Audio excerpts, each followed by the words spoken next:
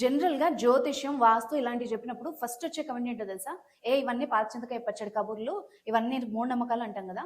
But కొన్ని newses చూసినప్పుడు నిజంగా అమేజింగ్ నాలెడ్జ్ ఏమో మన ఇండియన్స్ అనిపిస్తుంది. ఫస్ట్ ఆఫ్ ఆల్ ఒక దుర్ఘటన జరిగింది. అహ్మదాబాద్ లో ఎయిర్ ఇండియా ప్లేన్ క్రాష్ అయ్యి ఆల్మోస్ట్ 200+ ప్యాసింజర్స్ చనిపోయారు.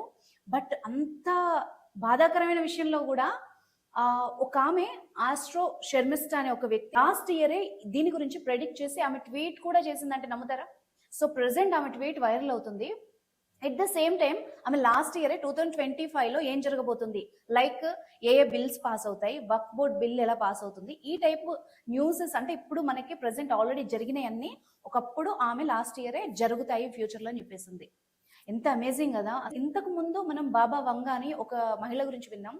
అంటే ఆమె బ్లైండ్ అయినా కూడా ఫ్యూచర్ ఆల్మోస్ట్ 5,000 ఏళ్ల వరకు ఏమేం జరుగుతుంది అన్నది ఆమె ఆల్రెడీ ప్రెడిక్ట్ చేసింది. సో నేను ఇది ఏదైతే ఈ వీడియో చేస్తున్నానో జ్యోతిషం పేరిట జోబులు నింపుకునే వాళ్ళ గురించి అయితే కాదు.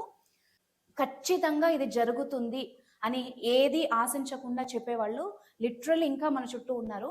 బట్ ఇలాంటి విన్నప్పుడు కొంచెం అమేజింగ్ గా కూడా అనిపిస్తుంది అండ్ షాకింగ్ గా కూడా ఉంటుంది. ప్రెసెంట్ ఆమె చెప్పిన ఇంకొక విషయం చెప్తాను, మేబీ ఇది యూజ్ అవ్వచ్చేమో.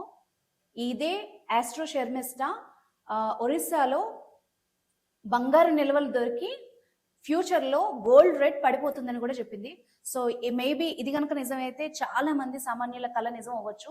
బట్ ఇలాంటి వాళ్ళ వల్ల కూడా మనకి జరగబోయే ప్రమాదాలు తెలుసుకొని మనం ముందు జాగ్రత్త పడే అవకాశం కూడా ఉన్నప్పుడు ఇది ఒక పాజిటివ్ నోట్ లో చూడడం అయితే బెటర్ అని నా ఒపీనియన్. అండ్ జ్యోతిష్యం కానీ ఇలాంటి నమ్మకాలు కానీ నమ్మే వాళ్ళు లేదా వ్యతిరేకించే వాళ్ళు కూడా మీ ఒపీనియన్ ఓపెన్ గా కింద కమెంట్స్ లో అయితే చెప్పండి.